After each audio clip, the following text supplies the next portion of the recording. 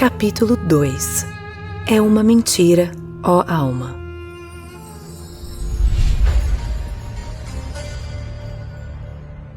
É uma mentira, ó alma, dizer que esse mundo engana o homem e está cheio de artifícios e de falsas aparências. Os que dizem isso não têm entendimento. Isso seria verdade se o homem, dos primeiros aos últimos passos que dá neste mundo, gozasse de bem-estar e felicidade ininterruptas. Mas não é assim. Ele suporta continuamente felicidade e infelicidade, fortuna e adversidade. Não é o mundo que engana o homem. É o homem que engana a si mesmo e provoca a própria perdição. O homem pensa que sua felicidade reside nos dons deste mundo e que eles subsistirão eternamente, quando de fato eles desaparecem nas transformações do bem e do mal. Embora este mundo seja feito de oposições, como o bem e o mal incessantemente em conflito, ele também oferece imagens e reflexos das coisas superiores e reais.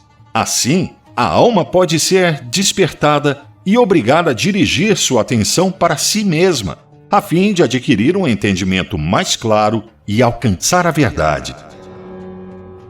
A alma desce a este mundo para adquirir o discernimento e a compreensão. Entretanto, ao chegar aqui embaixo, ela negligencia sua tarefa. Ela esquece sua essência profunda e se deixa absorver pelos dons e bens deste mundo, de modo que a finalidade de sua vinda a esta terra desaparece. O homem faz mau uso dos seus sentidos e não pode, assim, adquirir a compreensão, embora este mundo seja um lugar no qual se possa alcançar o conhecimento da verdade. As formas visíveis percebidas pelos sentidos desaparecem, mas elas são reflexos e imagens de uma vida que não é perceptível pelos sentidos, uma vida verdadeira e que dura eternamente. Não existe nada no mundo dos arquétipos que não deixe sua marca neste mundo, através dos processos pelos quais as coisas passam. E não existe nada neste mundo que não tenha sua imagem no mundo dos arquétipos. O aspecto ilusório e evanescente do mundo sensorial convida o homem a se afastar deste mundo e a se voltar única e exclusivamente para a pureza dos arquétipos. As formas frágeis, mutáveis e perecíveis deste mundo nos remetem à atividade constante dos arquétipos. As contradições recíprocas e a instabilidade do mundo sensorial obrigam o homem a se voltar unicamente para a harmonia geral do mundo dos arquétipos, o mundo do pensamento puro. Portanto, enquanto permaneceres no mundo material, ó alma, não te ligues à atividade dos teus sentidos que te impedem de adquirir a compreensão, porque em ti mesma se encontram tua missão e tua finalidade. Assim estarás em condição de dedicar todas as tuas faculdades à única meta, adquirir a compreensão, e desse modo voltar à origem. Se tu aspiras à única vida, é preciso que te despojes da vestimenta impura, rejeites as impurezas de teu corpo e aniquiles o que é contrário à tua verdadeira natureza. Isso feito, retornarás à única vida e experimentarás a alegria que ela traz. Reveste-te com a vestimenta que está em harmonia com a essência do teu ser e envolve-te com as formas que ela dá. Formas eternas e imutáveis, formas das quais só percebeste as impressões e as imagens durante tua permanência no mundo do crescer, brilhar e decrescer.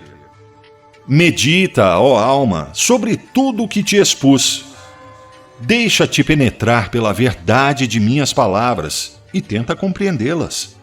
E sabe igualmente o seguinte: há 3 coisas funestas, sob formas variadas: a idolatria, a injustiça e a busca de prazeres sensuais. Elas provêm de uma só fonte, o amor por este mundo. Por isso, evite-as e foge delas, tal como um pássaro foge da armadilha do caçador. Evitando a idolatria, serás conduzida à unidade. Preservando-te da injustiça, alcançarás a compreensão, a pureza e a verdade. Recusando os prazeres sensuais, libertar-te-ás da amargura, do temor, da angústia, da preocupação, da ignorância e do instinto de posse.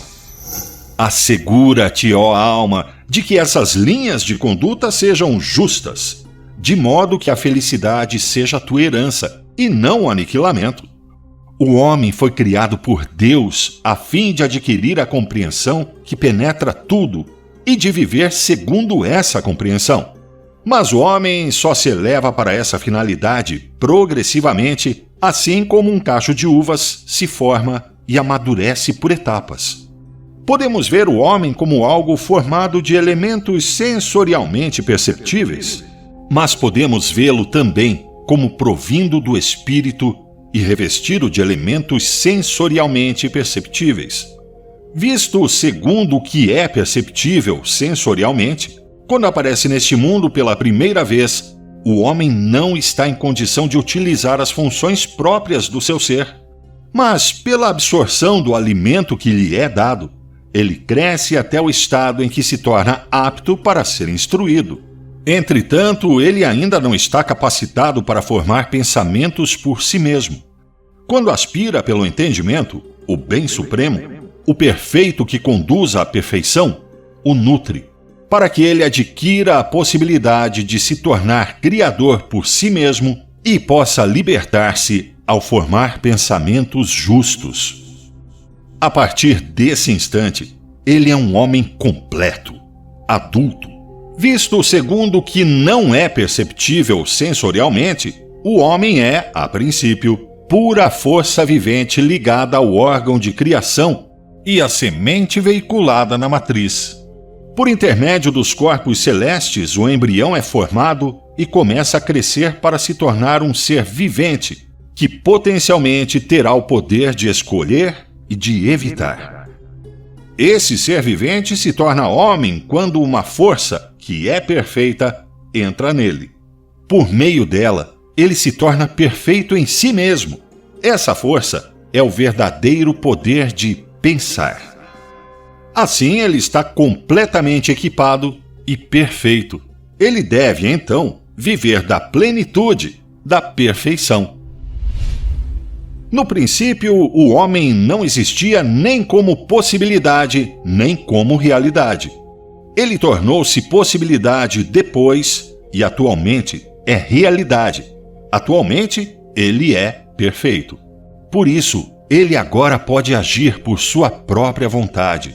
Pelo poder do pensamento, ele é autocriador, em si mesmo e para os outros. O Criador do universo, louvado seja seu nome, incessantemente sopra seus pensamentos aos ouvidos de todos os seres possuidores do verdadeiro poder do pensamento. Mas ao ouvir essas palavras, nem todos compreendem a intenção de quem as expressa. Aos que necessitam de um intérprete para explicar a intenção do orador, de um mediador entre o orador e o ouvinte, pois o ouvinte não possui a faculdade da compreensão, do mesmo modo que há os que dependem da tradução do intérprete ao ouvir uma língua estrangeira. Mas tu não sejas como os que necessitam de um intérprete. Muitas vezes os tradutores não são fiéis, pois frequentemente mudam o sentido das palavras e deformam o seu significado. Por isso eu te peço, eleva-te acima dos que não compreendem a linguagem de Deus e junta-te aos que a compreendem bem. Esforça-te, ó alma, por conhecer as consequências antes de agires, por saber quais frutos a árvore dará antes de a plantares. Se te aplicares em adquirir o entendimento antes de agir, então receberás honra, bem-estar e bons frutos.